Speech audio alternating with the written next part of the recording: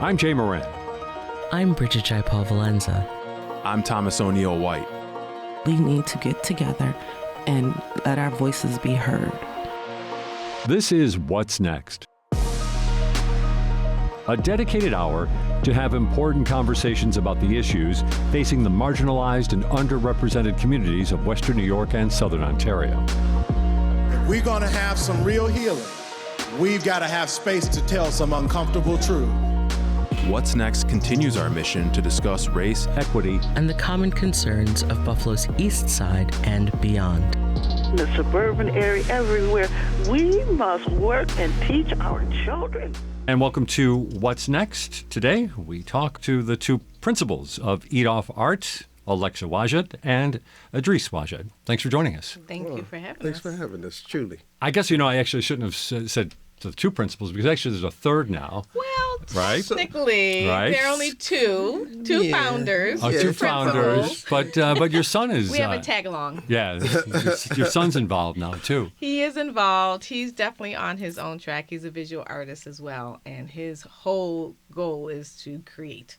Right? He's not as concerned as the business end of Eat Off Art, but yes, he's truly an artist. Yeah, I mean, you figure he was about 14 maybe, right? When he started when he was 14, he started to paint on sneakers. Yes. Right? So Okay. given the sneaker culture is like incredibly huge, with collectors and things of that nature, he started designing sneakers and that quickly, and what I mean by designing sneakers, he was customizing them, like transforming a plain white sneaker into like A work of art. Yes. Art. And so that really took off, and he started doing stuff for like the Buffalo Bills and Shaq Lawson and Dolphins. the Dolphins, Kansas City Chiefs. And so he was making a decent money as a 15-year-old kid. But where he is now, 6 years later, at age 20, he doesn't want to do that anymore. Like he turns down sneaker customization. He Because, allowed himself to say no. yeah, Wow. he just decided to say no, and his parents were like, "What? Like, dude, like you're earning money right now. This isn't."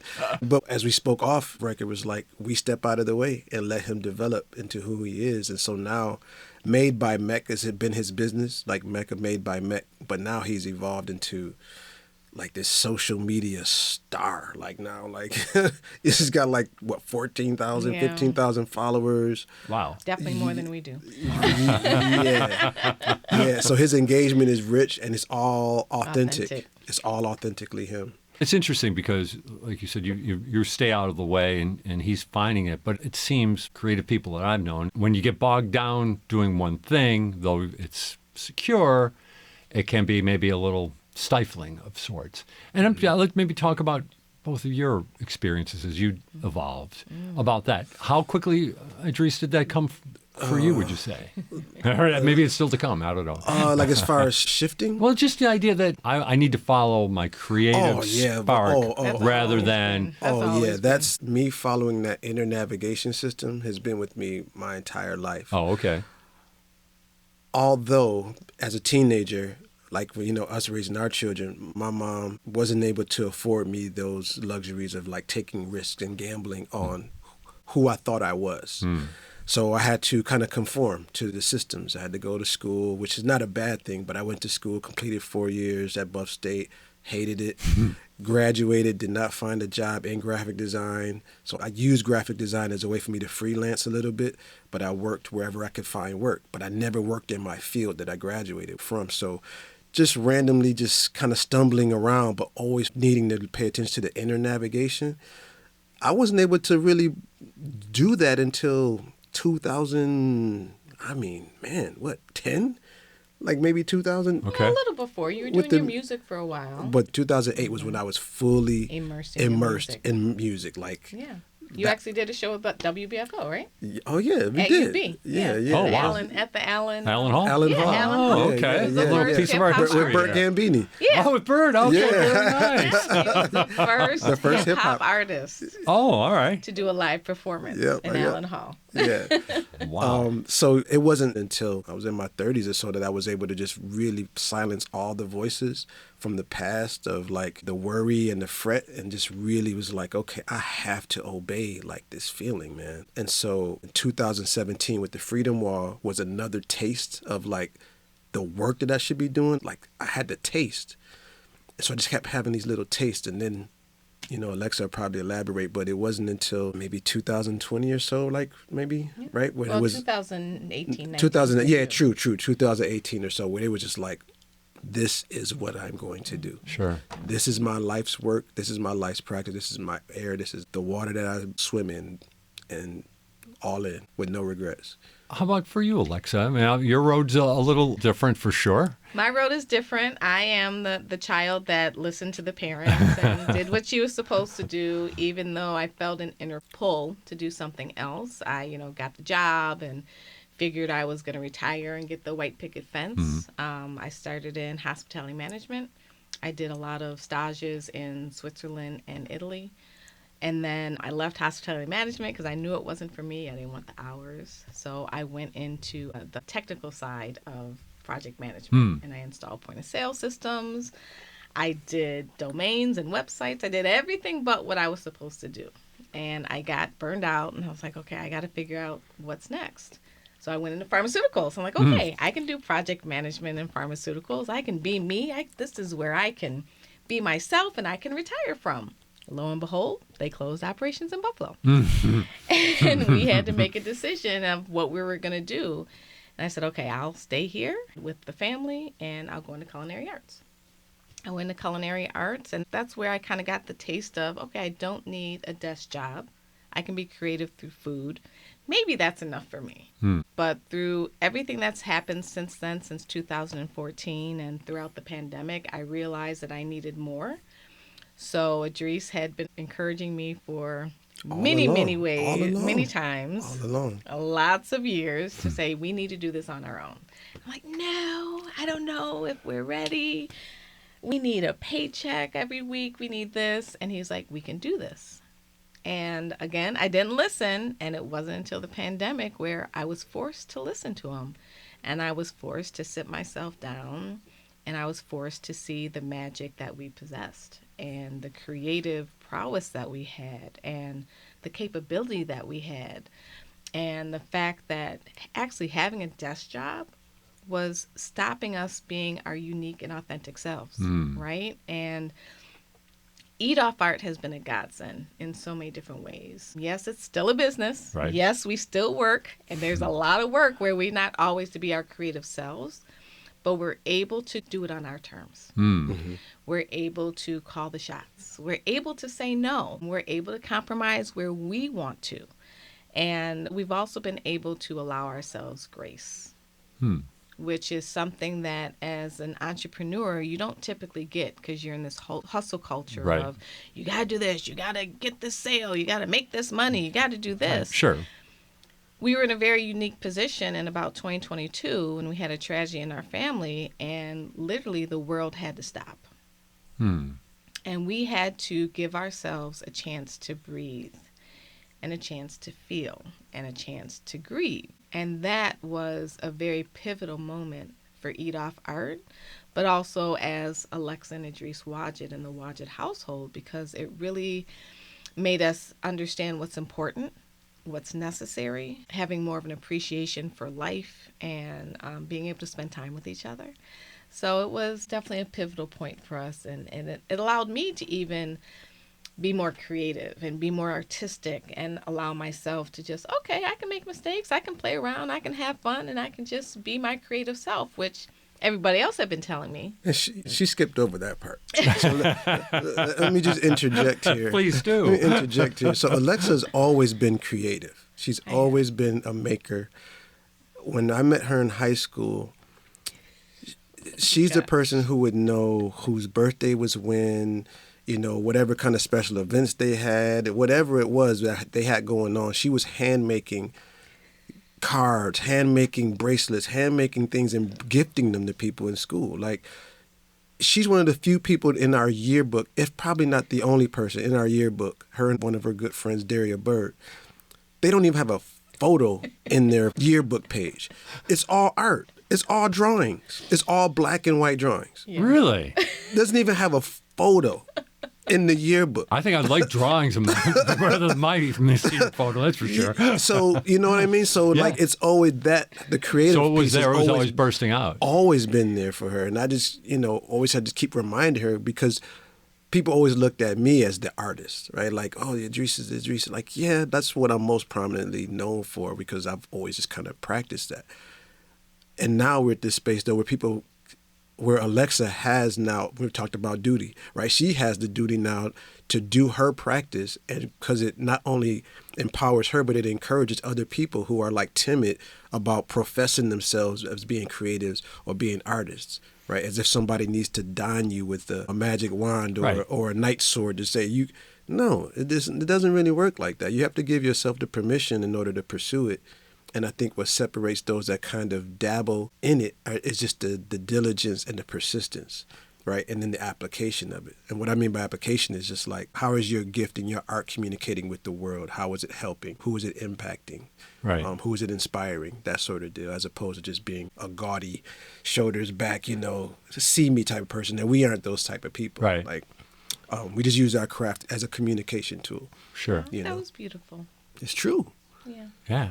You're good. So you're City Honors classmates. Yes, we are. We graduated in 92. How about that? We Wow. are distinguished alumni, we just found out. Well, I would have to say you are. We just found this Even out. if you didn't get the award. Yeah, a friend of mine was Belinda Barton, who's also from City Honors. She mentioned it to me like 2 days ago. She's like, "You guys are a distinguished alumni on the website." I'm like, Like, what? When's the last time I went to the City Honors website? So that was a treat. Yeah. Yeah, and that's where we met, just as friends in City Honors. He was the first person to open the door for me in freshman year. Wow. And we've just been best friends since then. Very nice. Yeah, a long time. So the best friends, though, have found a studio space here in Buffalo. This is a really interesting development for Eat Off Art at the Yes. Tri-Main building. Tri-Main building, 4th floor, suite 441. And I think we're definitely entering a new stage of our business mission and mindset. Yeah. Yeah. So one of our, mission tagline, what is it? So Missions? Yeah, missions is to build a more empathetic community. Yeah. Okay. Like that's like one of our slogans. So any work that aligns with that, for us to build an empathetic community, right? To make connections between individuals. Authentic connections Yeah. and relationships. Yeah, that's kind of what drives a lot of our decision making, Empathetic. That I'm really intrigued by that. So that, I mean, to set that out as a mission and put it at the center of things is fascinating. Can I derive or just ask, do you believe the community was not empathetic, was lacking in empathy prior to that? Yes. I do. Yes. Okay. And Yeah, I lacking do. humanity. I do. Lacking the ability to see people as who they are. Sure.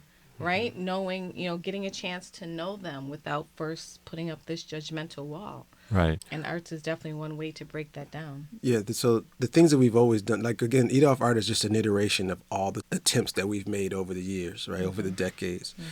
So when we talk about what does an empathetic community look like, an empathetic community looks like more than just a high five at the stadium for 2 hours, right? It looks more than just a high five at the hockey arena.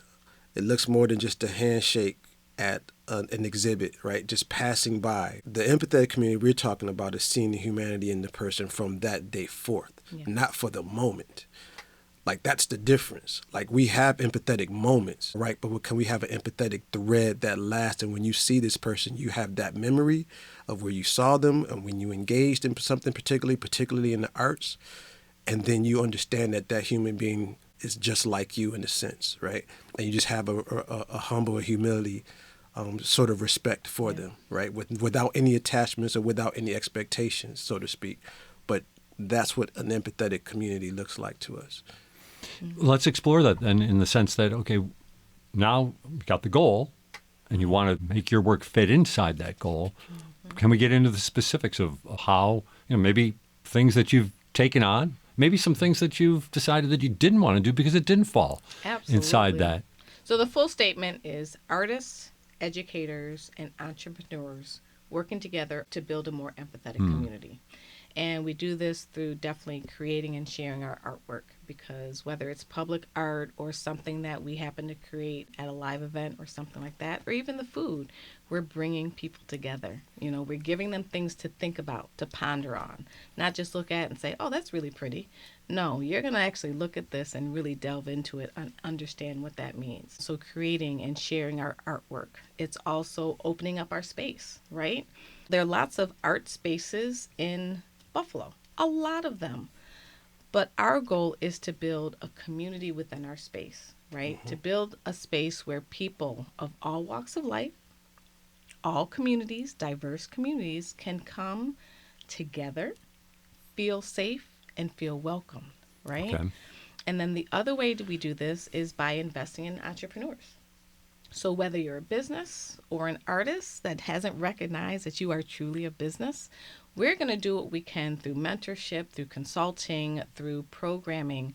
We're going to build you up. We're going to invest in you in different ways. We're going to listen to what you have going on and understand how we can interject or assist or just to give a little guidance.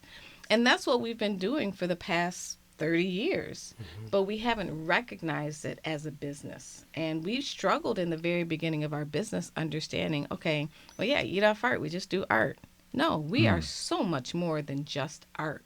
We are consulting, we are mentoring, we are building communities, we are supporting artists. We're changing the narrative from a starving artist to a thriving artist, recognizing that there is an entrepreneurial economy that can be built up through artists. So that's definitely the physical ways that we are building this more empathetic community. What do you think has been holding the community back? Ooh. I know it's a small question with lots of big answers to it, but Wow. I appreciate that if you'd like to explore that with me. I feel like it's just the nature of the city, and the truth of the matter is that Buffalo's a great place to be. I'm always going to say that. However, Buffalo also is the city of two tales, because it depends on who you ask, where they are in their life and whatever they're going through in Buffalo, which leads to, right, this thing about segregation. Like yep. we already know that Buffalo's historically a segregated city. So when you ask, like, what's holding us back, that's what it is. It's these lines. It's these lines where people jump across for 1 minute and they form an opinion about it, and then they go back to whatever the comfort is, right? So the empathy comes from you stay a little longer. Deal with this engagement, right?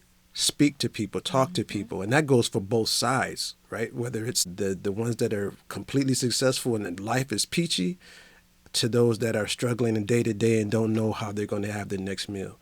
Either way, our idea is like this harmony. We're not saying it's going to completely remedy things, right? But empathy and humanity are tied together, and those things to me are the pieces that are missing.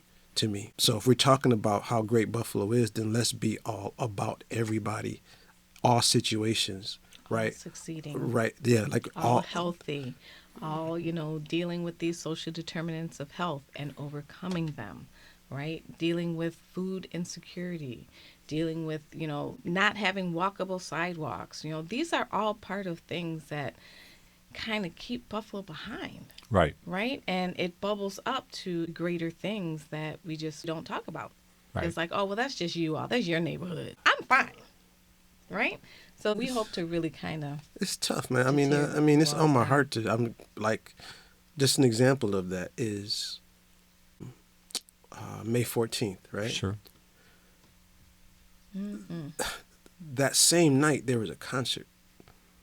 Right? Wasn't it? I think it was the same night, wasn't it? Yep. Same night. Well, one concert got canceled. One concert I thought continued, it was the same night, though.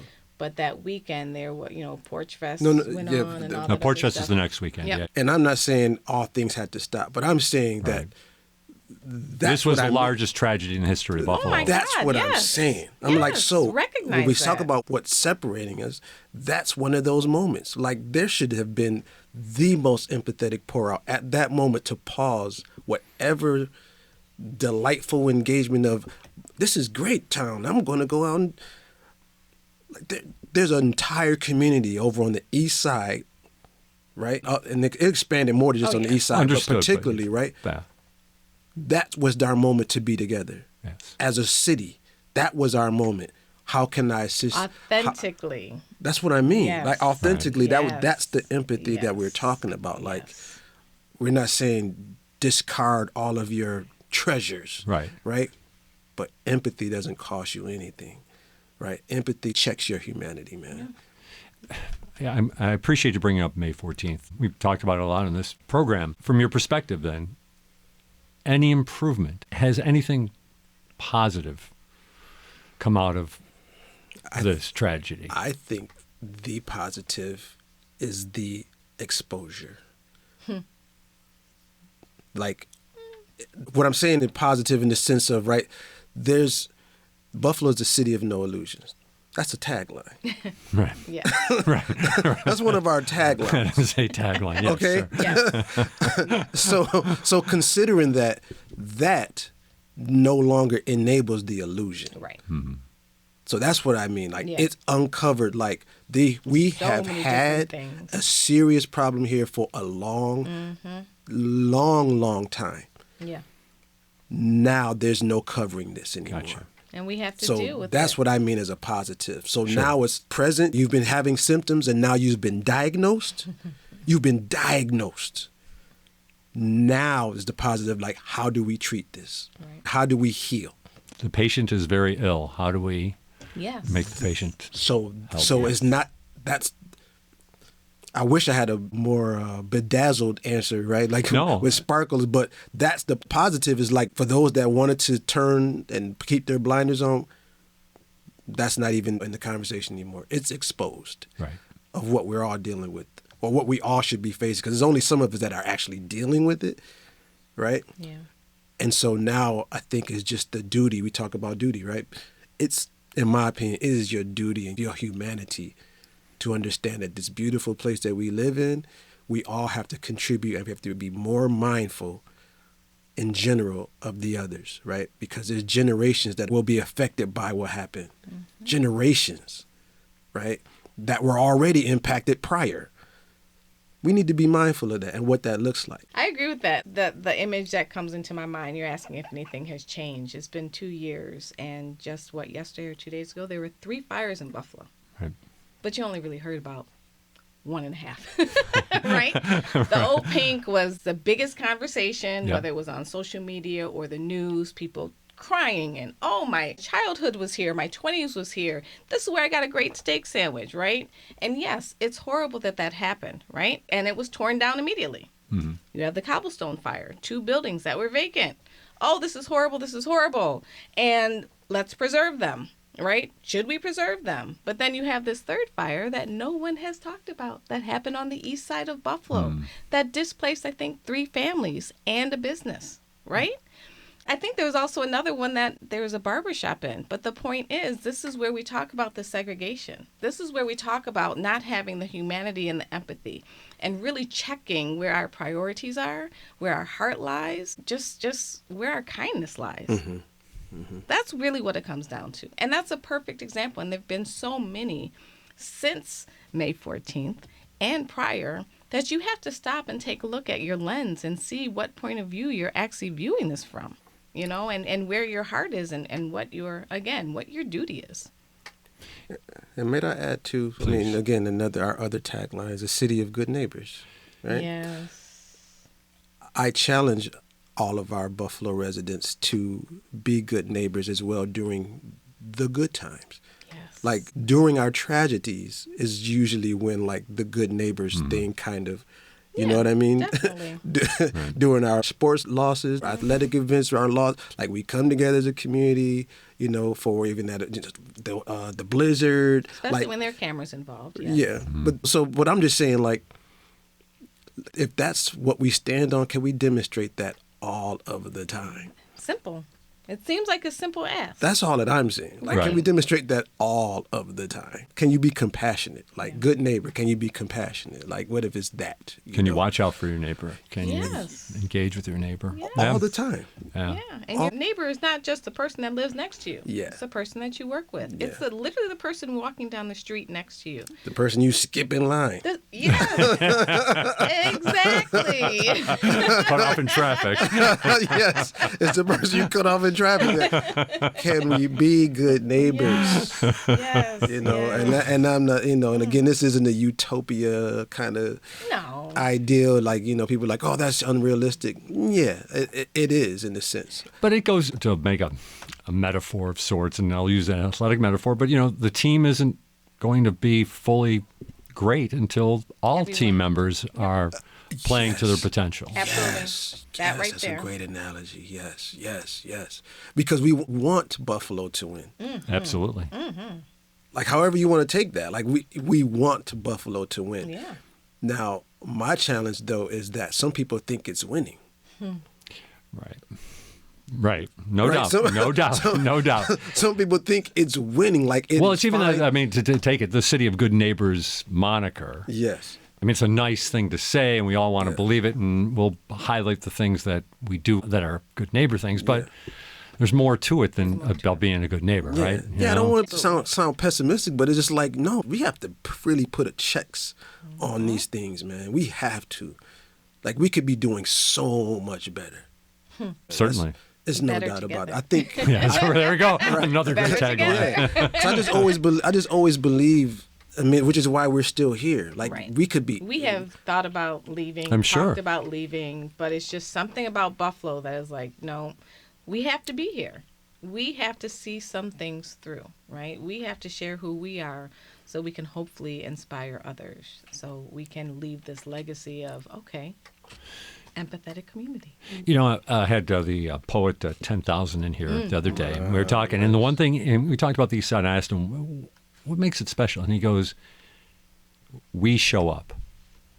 And it sounds like that's what you've decided to do. Like you said, I mean, creative people have opportunities in lots of other cities to go, you know, but to stay here, to continue to show up is a big part of it. It's a challenge because it's almost like being in a relationship, right? It's a relationship. So what I mean by that is, like, people can overstay a relationship because they see the potential in the person.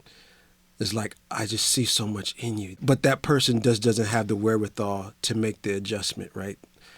And that's how it feels sometimes. Like, we have invested our life's work here in Buffalo, and we could be someplace else. But we really believe that it can be just, again, a more empathetic community for all, right?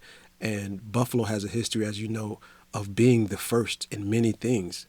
Innovation, right? Like, it's always been a thing in Buffalo, being the first city of light, like electricity, air conditioners, right? Considering we had 90 degrees last night, right? Right? Like, all these things. And it's like, other cities have flourished because they looked at what Buffalo was doing many, many years ago. Sure. Yes. I just believe that we can become that place again, because now people are looking at Buffalo as what not to do sometimes, right? So I would love for us to be on the forefront of, this is the conditions of the city now. Over a 5-10 year period, these are the things that we made to adjust, and look at how the city is growing. Look how it's truly flourishing, right? All the way from the white collar to the artist, or to the blue collar, whatever terms you want to use. Yes. That's just the ideal that I see. But I know there's only so much that we can do, and that's all that we're doing, is everything that we can.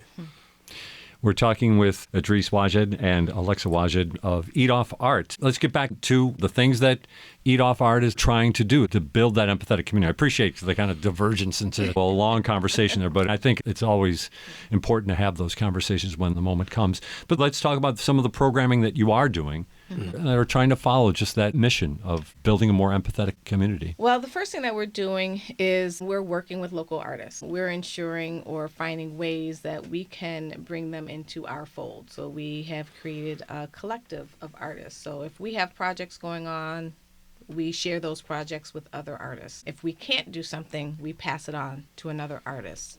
We have art for healing classes. We have a program that we started through our nonprofit called New Masters, Healing Buffalo Through the Arts.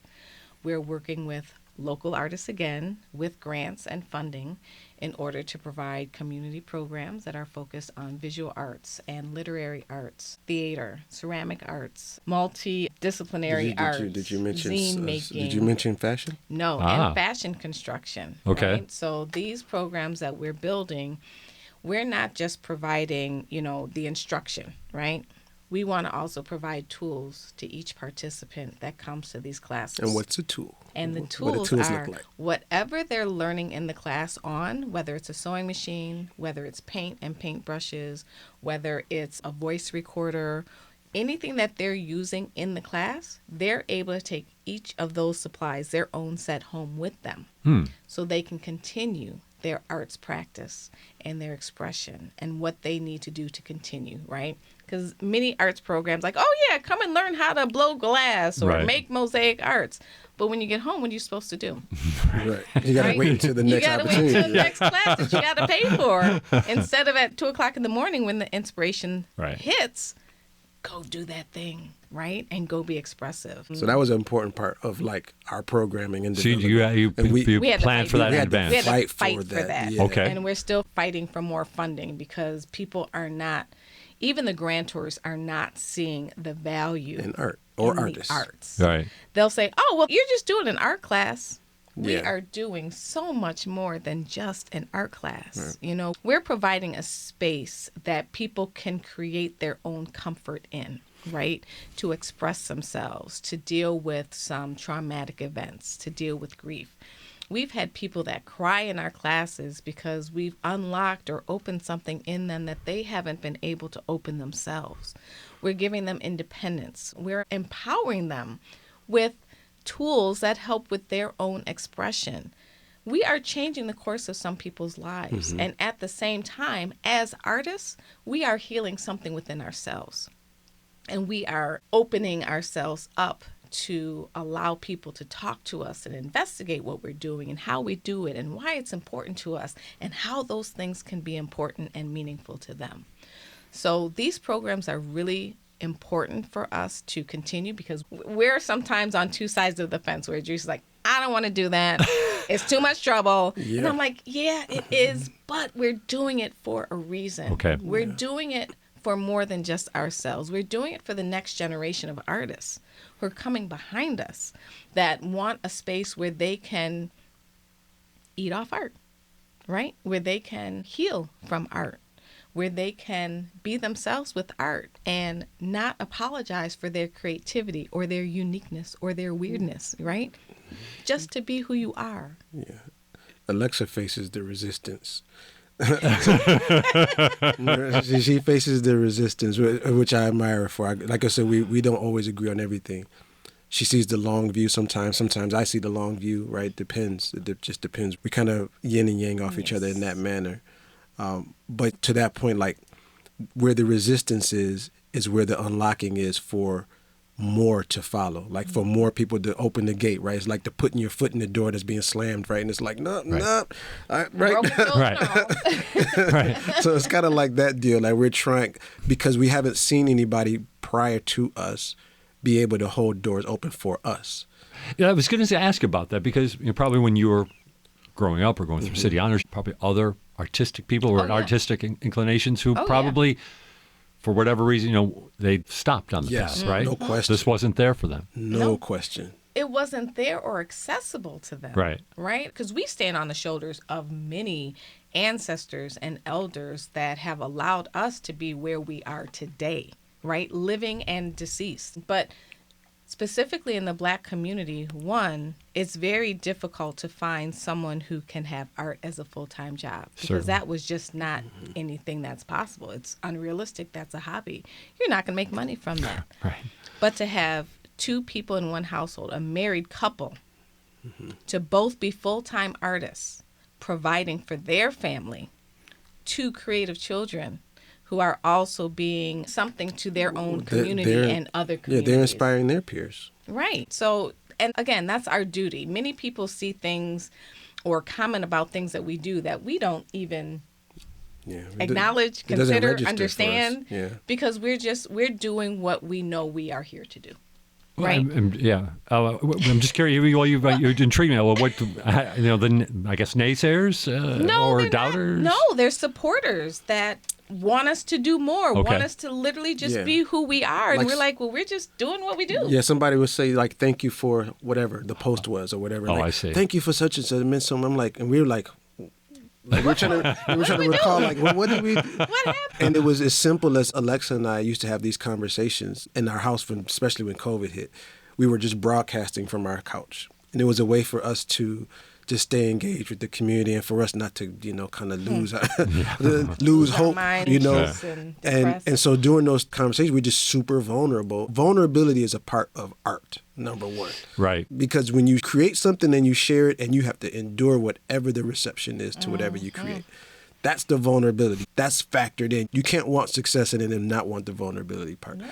So we always share our vulnerability in our conversations between she and I, just like, we don't know what we're doing, or this is happening. I have no idea who we're going to eat. Like, we have these conversations, so people have commented on that. Like, gotcha. Oh my good, thank you. It inspired me to do this and blah, blah, blah. And we didn't see the value in it because we're just telling our story. Right. But now we accept that, again, it's one of those things about being receptive. What do people need? Mm-hmm. What helps people?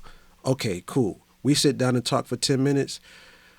I don't know what we're going to talk about, but from what we hear, it's going to help somebody. Okay. Right. So we just not obligate like that kind of obligation, but obligated like, no, we got to keep doing this. Yeah. Gotcha. We got to keep going. Yeah. Vulnerability in art. That's a key thing. It is. A lot of people can't get over that. Nope. It's hard. It's very difficult to be vulnerable. I struggle with it. Right? Edreys is the most authentically vulnerable person that I know. He literally puts everything out there. Right? He puts his wins, he puts his losses, he puts his pains. He can communicate so well when he's describing the pain that he's in that it becomes funny and inspirational and something that you're just like magnetized by. And for me, it's like that's what I aspire to, right? I'm still understanding what that vulnerability is because I'm still struggling with those voices that were in my past saying, you can't, this is how you need to do it, right? So vulnerability is huge when it comes to arts. And the people that have excelled or the people that have been able to create authentically and responsibly and with their duty, they're very vulnerable. Yeah. Well, I think you have a job to do. I mean, as an artist, I think you just have a job to do. It's a vocation, right? And whatever comes along with it is what you have to accept. So Alexa and I have to check ourselves often. Like when things are going great or when things aren't as great, we have to check ourselves and we go, we asked for. Like, you know what I mean? Like who put us here? We put ourselves here. You know what I mean? Right. For all of it, right? And that's a part of it too. Like you have to take all of it, man. You can't parse out what you want. Right. So when people come to classes, I mean, are you seeing that and are you finding ways to help them navigate through that part of it? Oh, yeah. One of the ways that we do that is one early introduction. We say the one rule is that you have to abandon judgment. That's our first rule. Abandon judgment. They all kind of sit there like, what is this? they already start judging before they even create anything. Yeah. No doubt. Yeah. Right? Before we even give them any art supplies. I'm like, we know where you're coming from. We've been there. This is regular. Like you have to push past that judgment. Right? Because we judge ourselves pretty regularly. And another thing that we always say is you get good at whatever you practice. We just always share that with you. You get good at whatever you practice. So if you've been in the practice of judging yourself all the time, you're really, really good at it, which means you got to practice the other way of bypassing your judgment, however uncomfortable that feels. So in the moments where we do our instruction for the class, we tell them also, you're not here for us to teach you how to draw like us. Like people come and they think that we're going to give them an art lesson. Like, nope. That's not what we're here. This art practice is you investigating yourself without judgment. That's what this is. And we've had at least 4 or 5 instances with our classes, which is focused on visual arts, where people come in and they are so resistant. They don't even want to do the mindfulness exercises that we begin with. And then by the end of the class, they've discovered that they are actually artists. Incredible. They haven't painted before. They haven't drawn before. But they create things that are fully composed. The color is balanced. You know exactly what it is. We've seen some incredible, yes. Amazing. The way you Amazing. your face is exactly our face. We're like, you've never painted before. They're like, never. Like, you've never drawn. No. Like, very incredible, beyond novice, beyond almost intermediate level Yes. of drawing for some people. And this is young and old people. Yeah. Okay. Yeah. So that in itself is like, And so mindfulness, there's a mindfulness element to that? absolutely, you have to be mindful and present to create. No, maybe that's Yeah, the yeah. block here.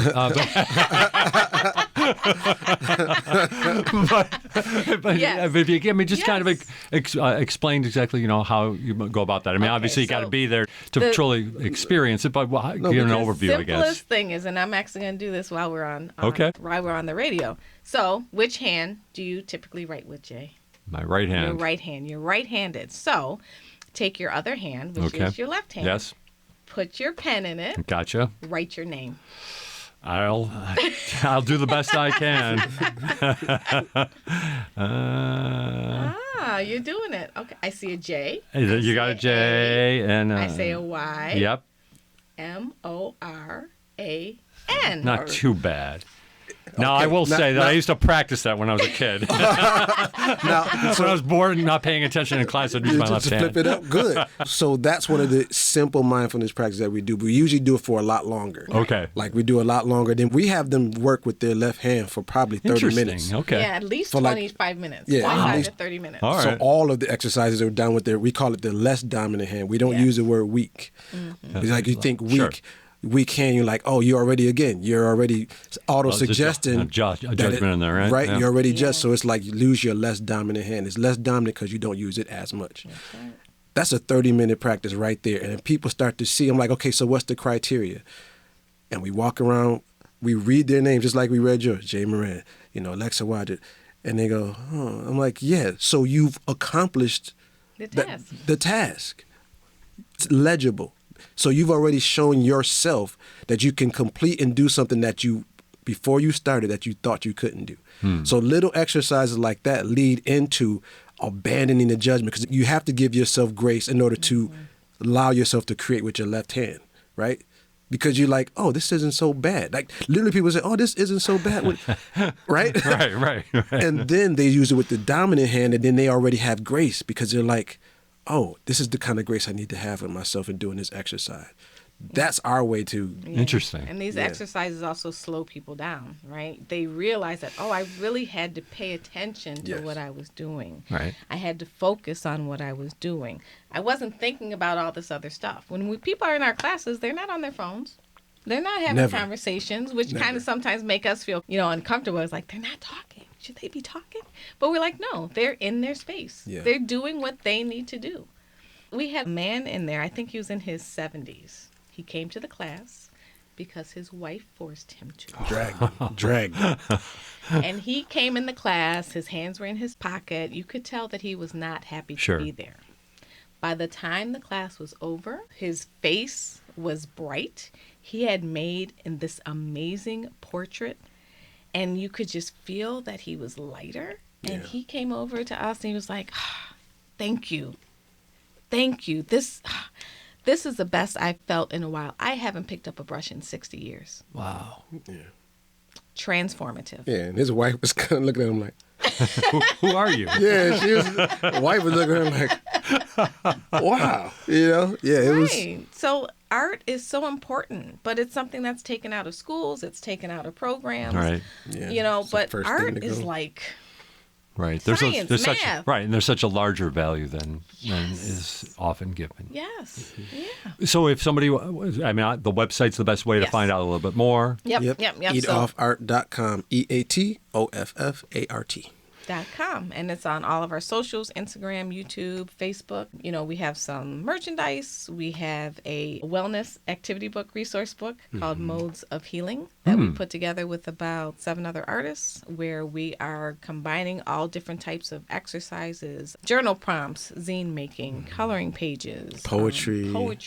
mental health resources, and things like that. It's a free book. resource book that you can get right in our studio at Tri-Main. We're still doing public art.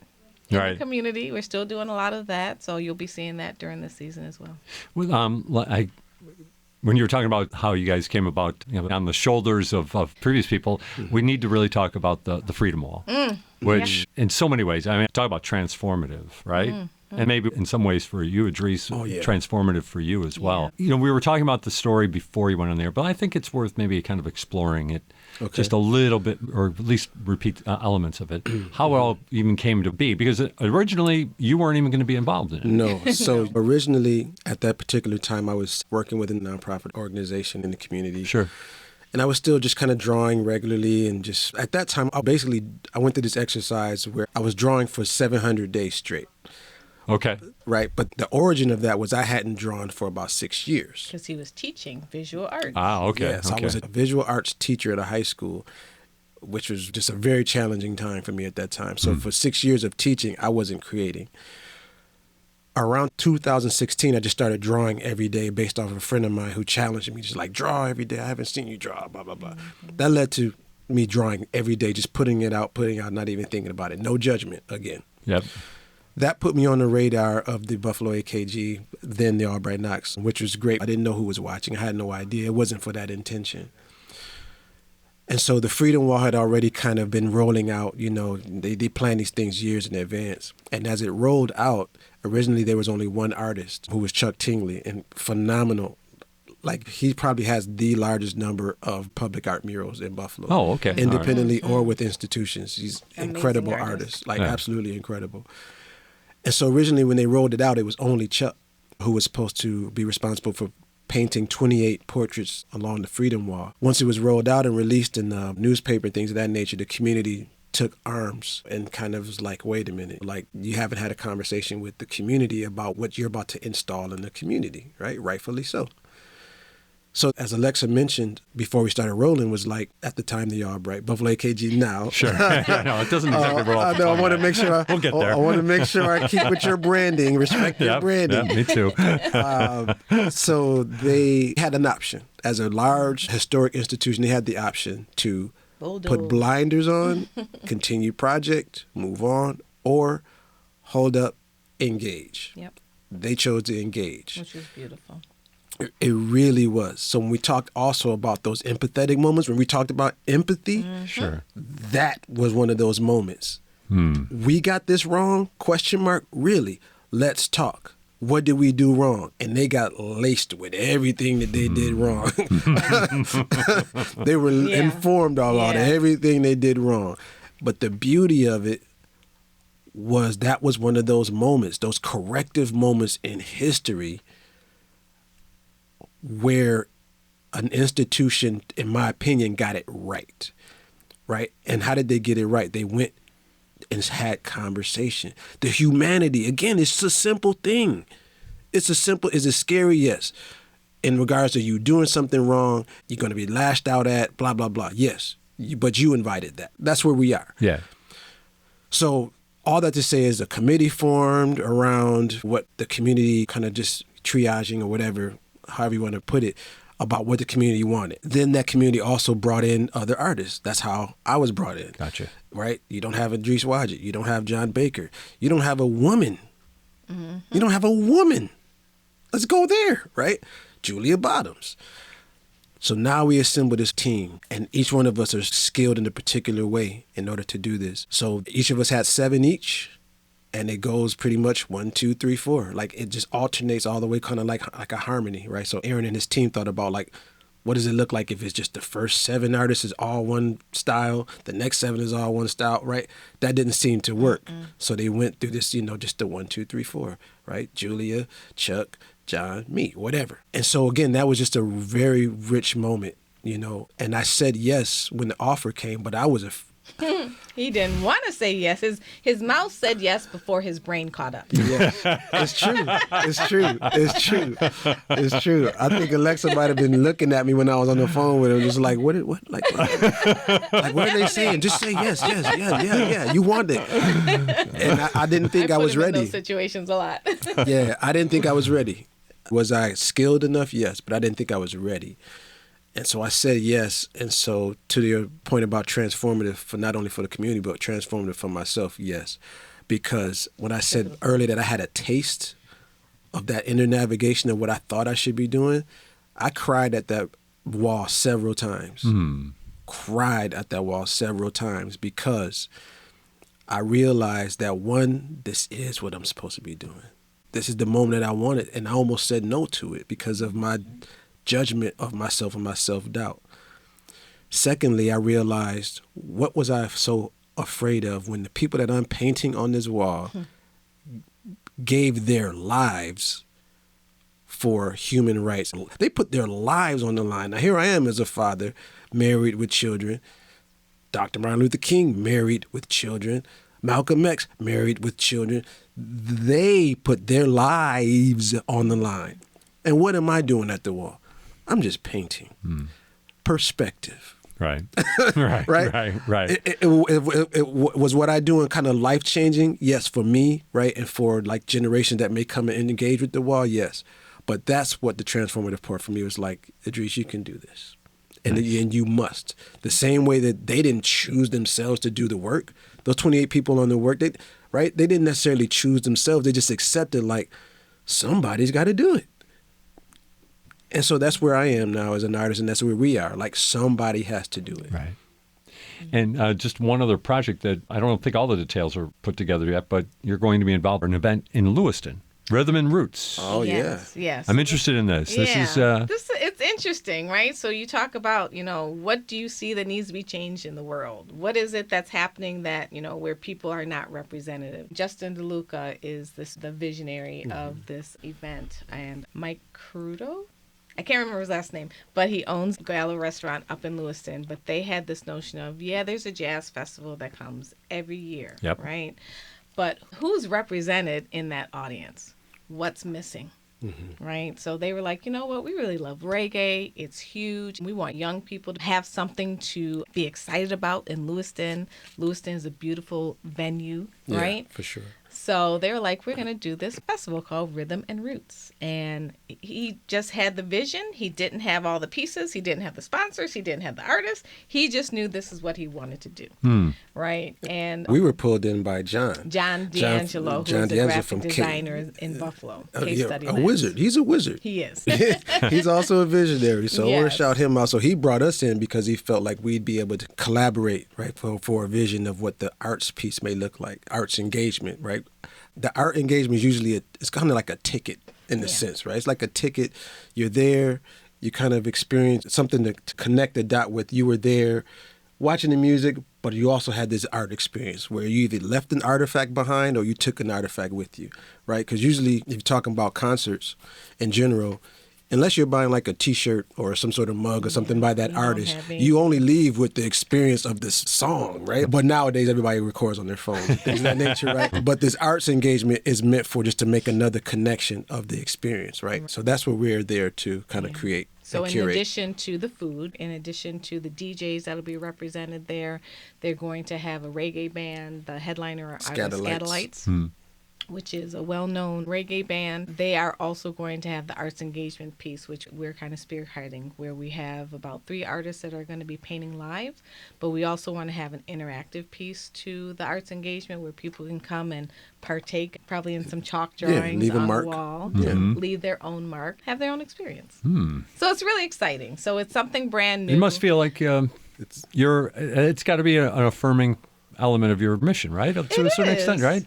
That you're finding your way into a new portion of the community. Yeah, absolutely. It is. Yeah. Absolutely. Yes. We are going to go and do things that we can measure impact, right? Like we can sort of measure impact, we can measure response, right? Those sorts of deals. So like us not really having any connection in Lewiston, so to speak, we're able to go there and kind of gauge, okay, how receptive was that activity, right? And then you start to see, okay, what more needs to happen? Like, we don't live in Lewiston, but as Western New Yorkers, right?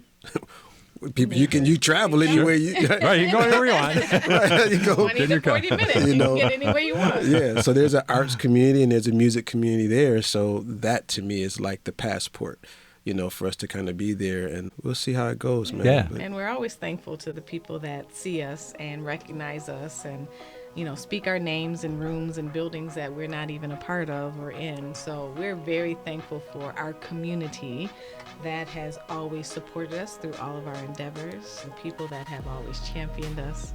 and just allowed us to truly be our authentic selves. You know what we should do is we should have you back at a certain time, and we'll start looking at some of those impacts. How does that sound? Huh? Hey. Well, yeah. Well, we'll get them. Ooh, vulnerable moment here. Very nice. Very nice. Well, thank you so much for coming in. I really appreciate the conversation, and went in a lot of different places, and I appreciate, again, the honesty and the perspective. Thank you for so your much, time. Jay. Thank you for having This us. was lovely. It was great having you. Alexa Wajed and Edreys Wajed from Eat Off Art. This has been What's Next on WBFO.